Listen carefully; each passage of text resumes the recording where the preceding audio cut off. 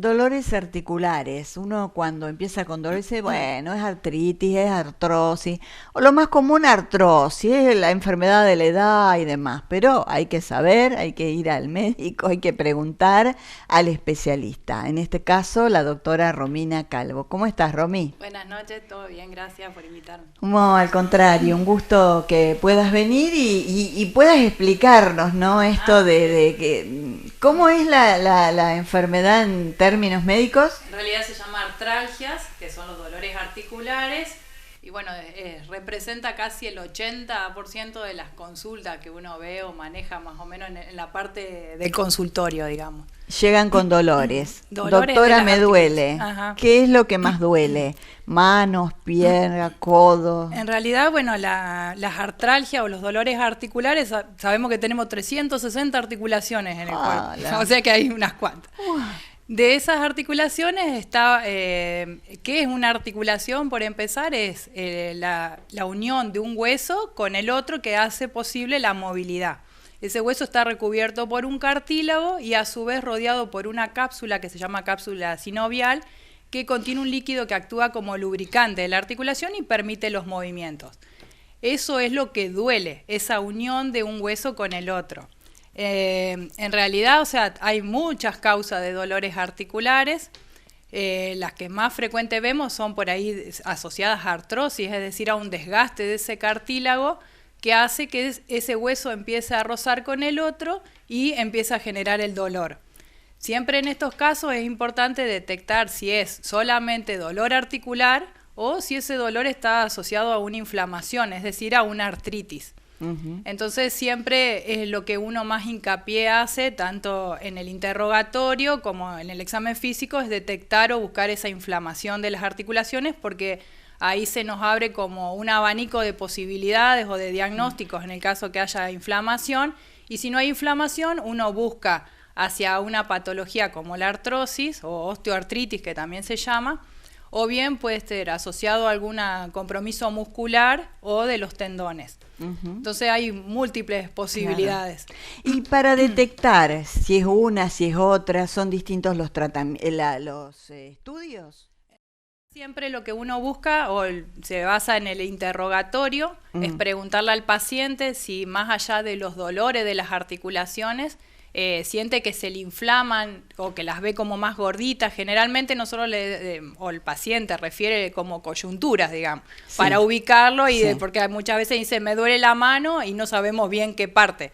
Entonces, bueno, lo que le preguntamos es si en alguna de esas coyunturas o articulaciones se le inflama, se le pone roja, caliente, si tiene rigidez a la mañana cuando se levanta, que en realidad tanto la artrosis como la artritis pueden generar rigidez a la mañana. Generalmente la artrosis genera una rigidez que dura unos minutos hasta que el paciente empieza a mover las manos y entra como en calor y ahí hace su vida diaria.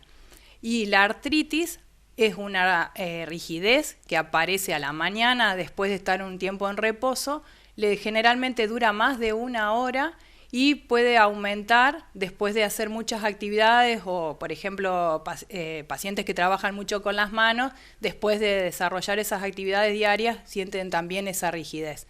Entonces, lo que hacemos es el interrogatorio, el examen físico, que consiste en palpar todas las articulaciones una por una para detectar si hay inflamación o no, y después se pueden pedir laboratorios, radiografías para complementar, digamos.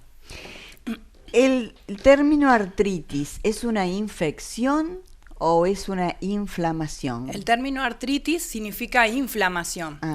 O sea, podemos tener dentro de las artritis, digamos, hay muchas causas. Una es la infecciosa. No es tan frecuente, pero puede ser una artritis que se llaman artritis séptica. Generalmente se pueden producir después de un traumatismo, un paciente que se pinchó o algo y bueno, generó una puerta de entrada para un bichito y ahí le generó un proceso infeccioso.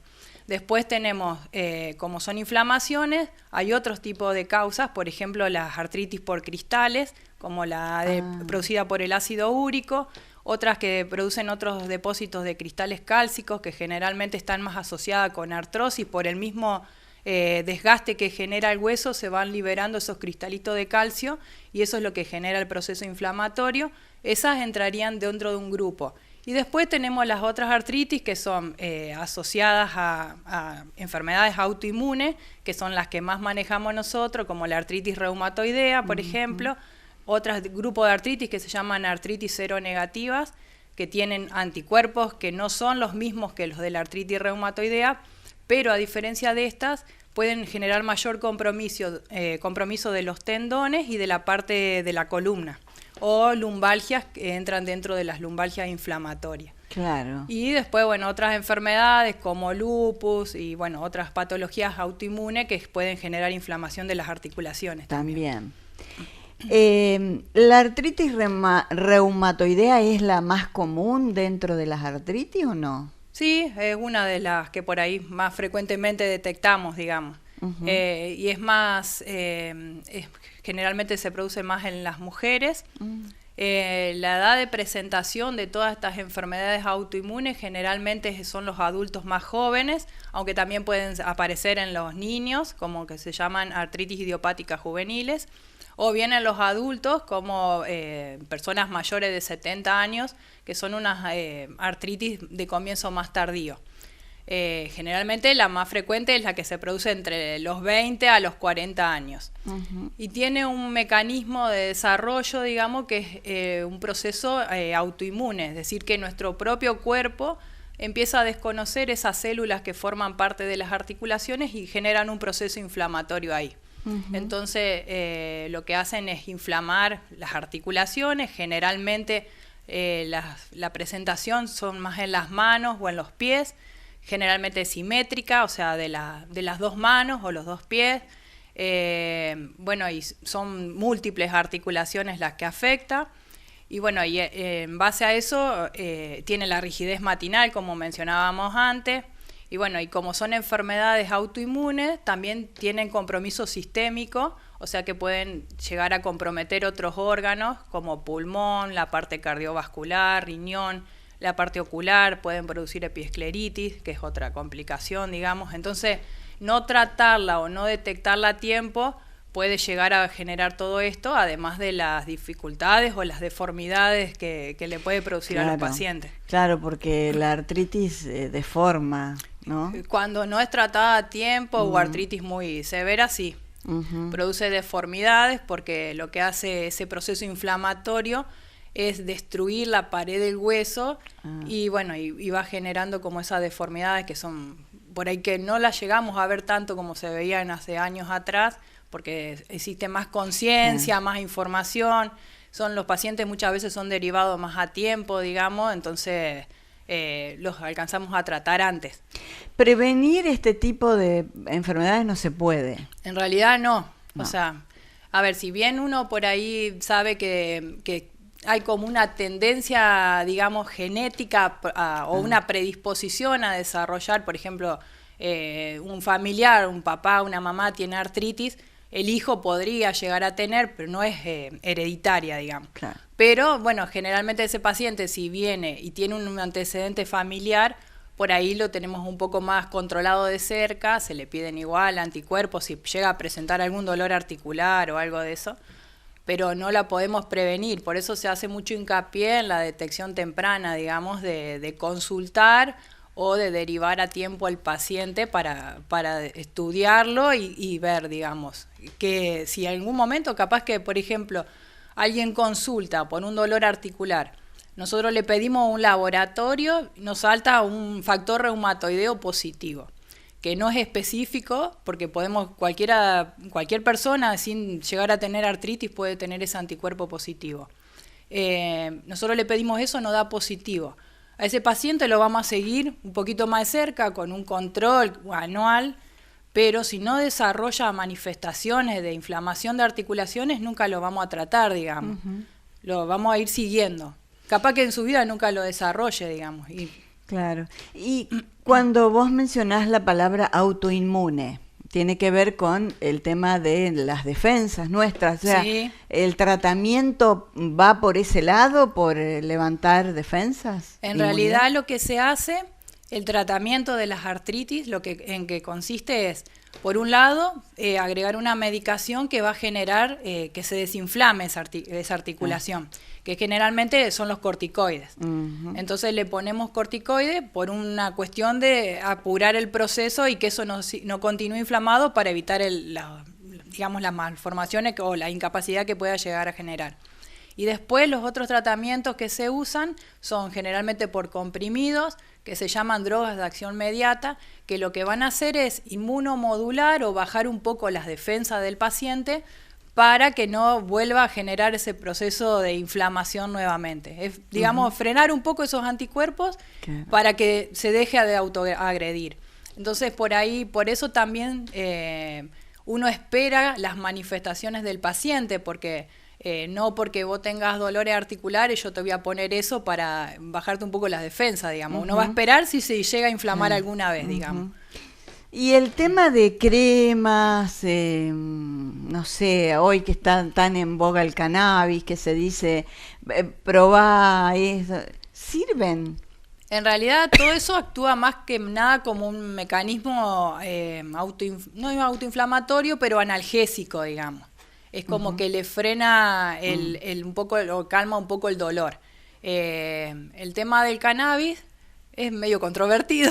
Sí. O sea, no hay muchas cosas aprobadas en artritis reumatoidea. Sí hay pacientes que lo consumen y por ahí tienen menos dolores, pero la enfermedad sigue estando. Entonces, no por consumir cannabis hay que dejar el tratamiento de la enfermedad. El tratamiento son tratamientos crónicos, o sea, no se curan, digamos. No. O sea, en algún momento tal vez se pueda empezar a bajar la dosis cuando ya se frenó la enfermedad y ir esperando a ver cómo evoluciona. Pero son enfermedades crónicas, como el que tiene diabetes, hipotiroidismo. Se va regulando la dosis. Claro. Y el que tiene artrosis, que es la enfermedad que viene con la edad, ¿no es cierto, Romina? Esa enfermedad nos toca a todos. Esa enfermedad es degenerativa, viene por la edad, por el mal uso de las articulaciones o por el exceso de uso, por ejemplo, los deportistas. Sí, se ve y generalmente las mujeres por ahí nos afectan más las manos, las rodillas, a los hombres por ahí las caderas. Y bueno, y podemos tener también a nivel de la columna artrosis.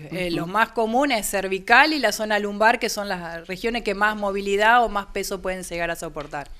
Entonces, esa no creo que no vamos a zafar ninguno de nosotros, pero en realidad mucho tratamiento para el tema artrosis no tenemos. Si uno tendría que decir qué me conviene tener, artrosis o artritis, y no sabemos muy bien, porque en realidad uno capaz que se inclina más hacia una artrosis porque es más evolutivo, lo podemos ir manejando distinto, que una artritis que es una enfermedad sistémica y autoinmune.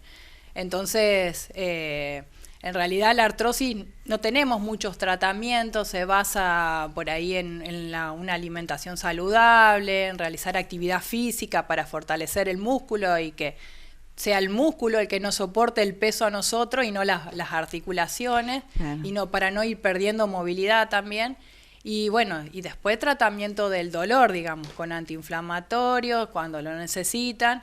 Y después tenemos otras drogas, digamos, como la glucosamina, la diacereína, el condroitin sulfato, que son drogas de acción más lenta que en realidad no actúan como reconstituyentes de los cartílagos. El cartílago que se rompió o se gastó no se va a recuperar más.